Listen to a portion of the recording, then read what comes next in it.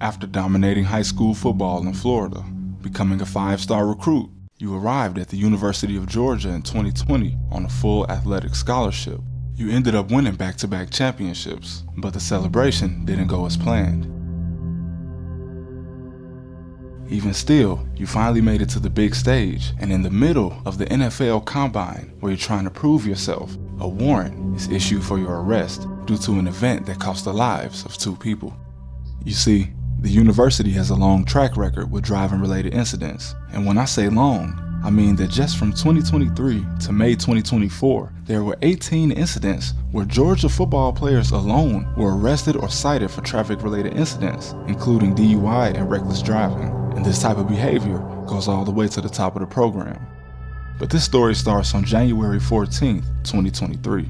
5 days after the University of Georgia crushed TCU to win their back-to-back title, the school and the entire town was celebrating at the Bulldogs Championship Parade in Athens, Georgia. Despite the football team's run-ins with the law, things were looking better, and they had once again proven that they were the best in the country.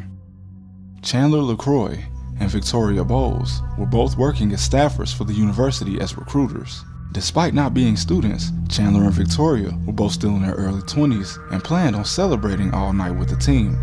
Toppers, a sports bar and gentlemen's club, was the spot everyone headed to after leaving campus. But according to reports, the drinking and celebrating began much earlier in the day, and that means underage students as well.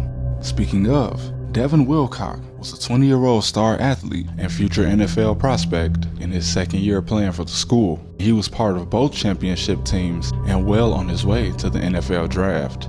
The University of Georgia gives its staff access to recruiting vehicles. According to a complaint filed by Victoria, coaches and staff drank regularly at head coach Kirby Smart's house during recruiting events and often drove recruits and their families around town while intoxicated in these school-owned SUVs. Just after midnight, Jalen Carter arrived near the bar in his black Trackhawk Jeep, and arriving to meet him in a black Ford Expedition was Chandler LaCroix, driving. Future LA Rams player Warren McClendon was sitting right next to LaCroix, while Devin Wilcock and Victoria Bowles were in the back seat. And it's unclear what kind of relationship was shared between the 3 men and the 2 women, but they all appear to be very close. And just after 1 a.m., they are spotted on security cameras trying to enter the club. Nothing too crazy, and throughout all of the footage, none of them seem to be really impaired. Other than the fact that LaCroix is seen taking down several drinks on camera, she never even appears to stumble. But street racing appears to be popular amongst Georgia athletes and staff, as Carter and LaCroix both were stopped for speeding in 2022. And Jalen Carter's license was also suspended the night everyone went out celebrating, so he shouldn't have even been driving at all. But either way, after 2 a.m. that morning, the group is again spotted on CCTV camera, this time at an intersection following each other closely, until the light turns green and Jalen appears to just floor it. He's then followed by Chandler with 3 people in her car, and we later learn that the 2 cars decided to race to go get a bite to eat after drinking. Now, with how comfortable they were doing this, especially Chandler LaCroix, drunk and racing in a school-owned vehicle, I have to infer that this was nothing new for them. And unfortunately, it appeared that toward the end of the race, LaCroix was winning when she reportedly hit a speed of 104 miles per hour before she lost control, hitting 2 utility poles and finally a tree on the driver's side of the vehicle where Devin and Chandler were both sitting, killing them instantly. While Victoria, who was sitting right next to Devin, was seriously injured, she survived. And miraculously, not only did Jalen manage to stop the Jeep and avoid crashing, but McClendon, who was sitting right next to LaCroix, only sustained minor injuries. Everyone was old enough to understand the dangers of street racing and drunk driving. But the school, seeming to actively encourage behavior like this, probably wasn't the best influence on a bunch of 20-year-olds.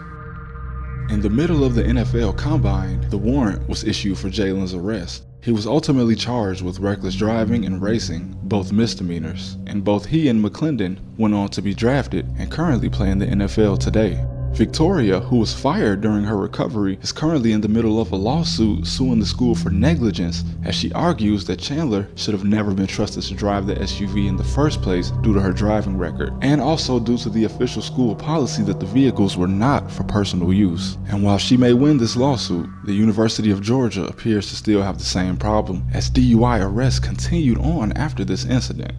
But hopefully, this can serve as a reminder, and maybe even a deterrent, for college students in the future.